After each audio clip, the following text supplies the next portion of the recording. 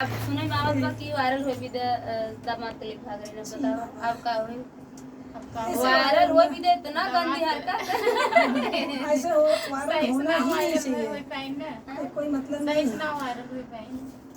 ये वायरल होने का तरीका अच्छा नहीं था, बहुत गंदा तरीका था, बहुत गंदा मैसेज समाज में जा रहा था। और प्लीज ऐसा वायरल होना है तो अपने घर में बैठिए, क्या जरूरत है वायरल होने की।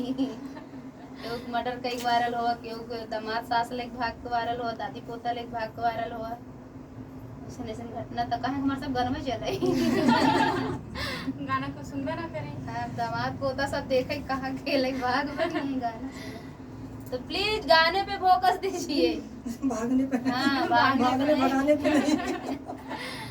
भागने भगाने पे मत फोकस करिए। और दीदी के चैनल एक बार जरूर सर्च मार के देखिए, फिर सर्च किसी करके ने देखिए और प्लीज आप लोग सपोर्ट कीजिए। सपोर्ट करिए। साल भर हो गया हमारे चैनल को, थोड़ा ही वाच टाइम बचा है शायद ना। पहले बहुत अच्छा व्यूज जा रहा था दोस्तों, आप लोग ध्यान नहीं दे रहे हो हमारे पे। अब इस टाइम कहाँ से ध्यान ध्यान दीजिए। दें? गला बैठ गया ऐसा मत जाइए, गला बैठ गया, शादी में आई थी गाना ना गाई।